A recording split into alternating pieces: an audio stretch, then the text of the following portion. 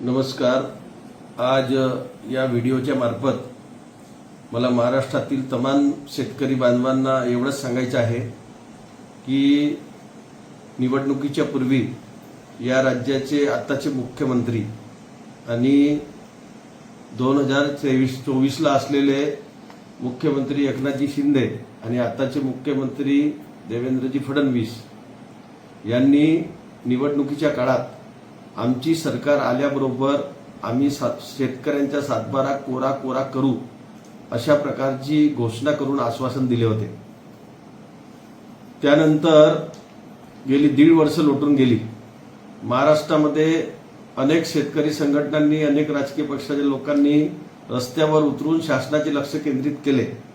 मध्यंतरी आमचे मित्र आमदार बच्चू कडू यांनी मोठा आंदोलन उभारला होता आणि त्या आंदोलनानंतर मुख्यमंत्र्यांनी आम्ही जून 2026 मध्ये शेतकऱ्यांची कर्जमाफी करू अशा प्रकारचे आश्वासन दिले होते। पण ही शेतकऱ्यांची कर्जमाफी जाहीर करताना ज्याच्या अटी मुख्यमंत्री देवेंद्र फडणवीस यांच्या सरकारने घातलेल्या आहेत त्या शेतकऱ्यांच्या मोठ्या प्रमाणात घातक ठरणार आहे।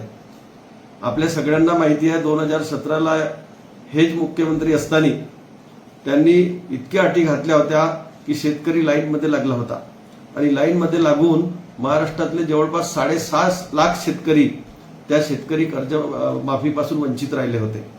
आणि आता ज्या अटी घातलेल्या आहेत त्या अशा अटी आहेत की शेतकऱ्यांचा सातबारा कोरा होऊ शकत नाही।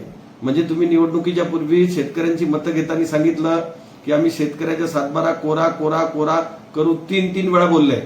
पण आज अशी स्थिती आहे की तुम्ही 2 लाखाच्या मर्यादेमध्ये शेतकऱ्यांची कर्जमाफी केल्यामुळे 2 लाखाच्या वरचा शेतकरी जोपर्यंत वरचे पैसे भरत नाही तोपर्यंत त्याची कर्जमाफी होऊ शकत नाही। अशा प्रकारची जी अट घातलेली आहे ती अट रद्द करावी अशी राष्ट्रवादी काँग्रेस पक्षाच्या वतीनं आम्ही मागणी केलेली आहे। मुळात तुम्ही एकतर सरसकट कर्जमाफी दिली असती तर ती 2 लाखाची मर्यादा ठरवण्याची आवश्यकता नव्हती। पण आज अशी परिस्थिती आहे की जर तुम्ही 2 लाखाची कर्जमाफी देत आहात तर त्याच्यावरचे पैसे जर शेतकऱ्यांना भरावे लागत असतील तर ती अट रद्द करावी।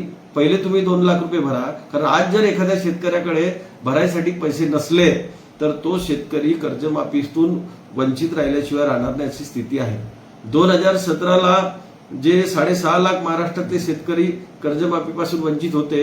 मी भंडारा जिल्ह्यातला रहिवासी असल्यामुळे एवढं सांगेन, मी काल डीडीआरशी चर्चा केली की भंडारा जिल्ह्यातले असे किती शेतकरी आहेत की जे 2017च्या कर्जमाफीतून वंचित राहिले आहेत। तर त्यांनी मला सांगितलं 9030 शेतकरी हे 2017च्या कर्जमाफीतून वंचित राहिलेले आहेत। म्हणजे माझी राज्य सरकारला आणि विशेष करून या राज्याच्या मुख्यमंत्र्याला विनंती आहे की ती कर्जमाफी तुम्ही जाहीर केली होती ज्या कर्जमाफीतून आमच्या जिल्ह्यातले 9030 शेतकरी वंचित आहे, महाराष्ट्राचे 6.5 लाख शेतकरी वंचित राहिलेले आहेत, त्या शेतकऱ्यांच्या या कर्जमाफीमध्ये समावेश करण्यात यावा। दुसरी अट महत्वाची घातली आहे तुम्ही की 4 वर्ष ज्यांनी नियमित कर्ज भरला त्याला 50,000 रुपये प्रोत्साहन अनुदान देऊ।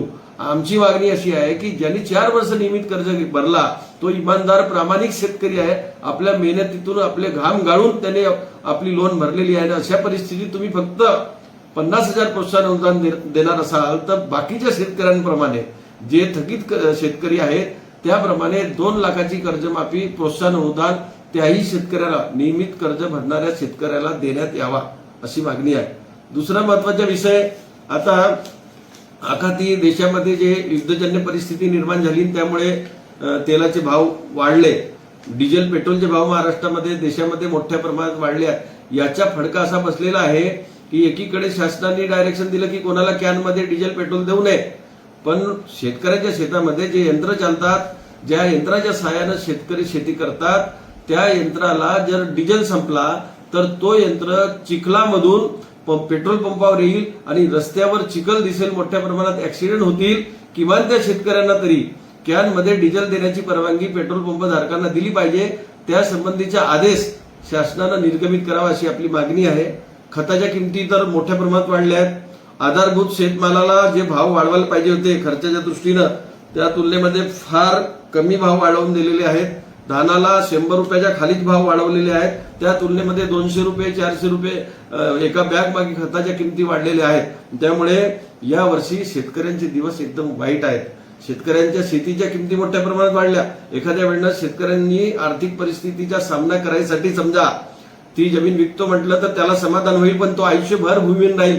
कधीही त्याच्या पोराला नोकरी लागली तरी तो आपली शेती घेऊ शकणार नाही. इतक्या मोठ्या प्रमाणात शेतीच्या किमती वाढल्यामुळे भविष्यात शेतकऱ्यांना काही चांगले दिवस येणार नाही आहेत. शेतकऱ्यांना थोड्या वेळापुरता वाटते की नाही शेतीच्या किमती वाढल्यानं आपली प्रॉपर्टी मोठी झालेली आहे, पण समजा त्यांनी एखाद्या आर्थिक परिस्थितीचा सामना करायसाठी ती जमीन विकतो म्हटलं तर आयुष्यभर तो भूमिहीन राहिल्याशिवाय राहणार नाही. म्हणून शासनानं याची सुद्धा नोंद घेण्याची आवश्यकता आहे. एकीकडे तुम्ही खताच्या किमती वाढवल्या तर शेतमालाच्या आधारभूत किमतीमध्ये सुद्धा तेवढीच वाढ झाली पाहिजे. आज तुम्ही कर्जमाफी देऊन शेतकऱ्यांच्या तोंडाला पाणी पुसण्याचं काम जरी केल्या, पण ज्याच्या अटी या कर्जमाफीमध्ये तुम्ही घातलेल्या आहेत त्या जोपर्यंत तुम्ही रद्द करत नाही तोपर्यंत आमच्या महाराष्ट्रातील शेतकऱ्यांना, आमच्या जिल्ह्यातील शेतकऱ्यांना चांगले दिवस येऊ शकणार नाही. आज राष्ट्रवादी काँग्रेस पक्षाचे युवा तडफदार आमदार रोहित दादा पवार हे पंढरपूरमध्ये अन्नत्याग आंदोलनाला बसत आहे. शेतकऱ्यांच्या कर्जमाफीच्या ज्याच्या अटी घातलेल्या आहेत त्या अटी रद्द करण्याच्या मागणीसाठी बसलेले आहेत. मी काल परवा आम्ही भंडारा जिल्ह्यात सर्व तालुक्यामध्ये आम्ही शासनाचे लक्ष वेधण्यासाठी त्या ज्याच्या अटी रद्द कराव्या आणि सरसकट शेतकऱ्यांना कर्जमाफी द्यावी या मागणीसाठी निवेदन दिलेले आहेत आणि आमदार रोहित दादा पवार यांच्या आंदोलनाला पाठिंबा सुद्धा दर्शवलेला आहे.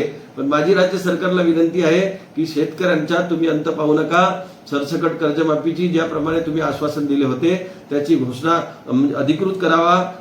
ज्याच्या अटी तुम्ही घातलेल्या आहेत त्या रद्द करावा आणि शेतकऱ्याला न्याय द्यावा अशी मागणी या माध्यमातून मी माननीय मुख्यमंत्री देवेंद्रजी फडणवीस यांना करीत आहो. आणि शेतकऱ्यांना माझ्या या माध्यमातून, आपल्या या व्हिडिओच्या माध्यमातून विनंतीपूर्वक आव्हान आहे की तुम्ही जोपर्यंत जागृत होत नाही आणि शासनाचे लक्ष वेधत नाही तोपर्यंत आपल्याला न्याय मिळू शकणार नाही.